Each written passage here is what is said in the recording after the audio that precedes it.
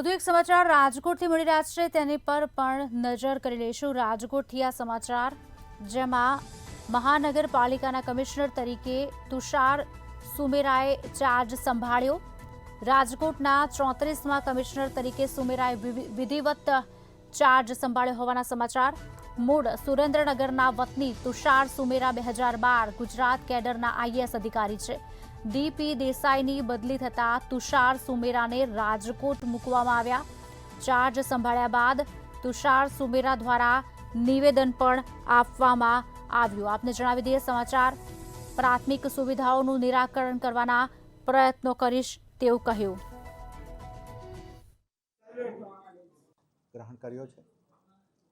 રાજકોટ શહેરમાં હું મોટો થયો છું, મારું જાણીતું શહેર છે।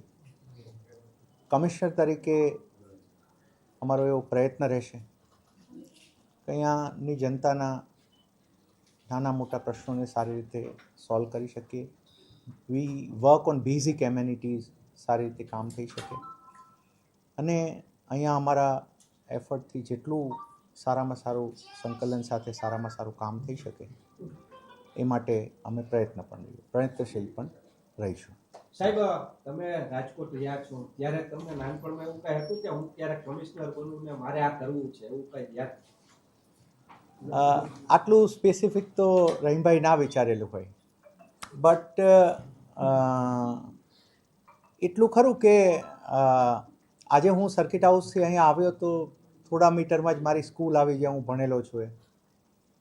અમે અહીંયાથી અમારા ગામને જતા તો બસમાં જતા તો કોર્પોરેશનની ઓફિસ થઈને નીકળતા।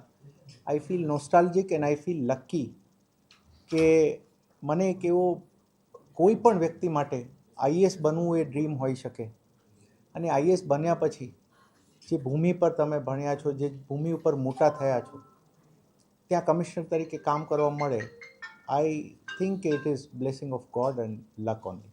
સર, હોટ સીટ છે, ઘણા ખરા ચેલેન્જીસ છે, શું કહેશો? Every seat is a hot seat. Every seat has a challenge of its own.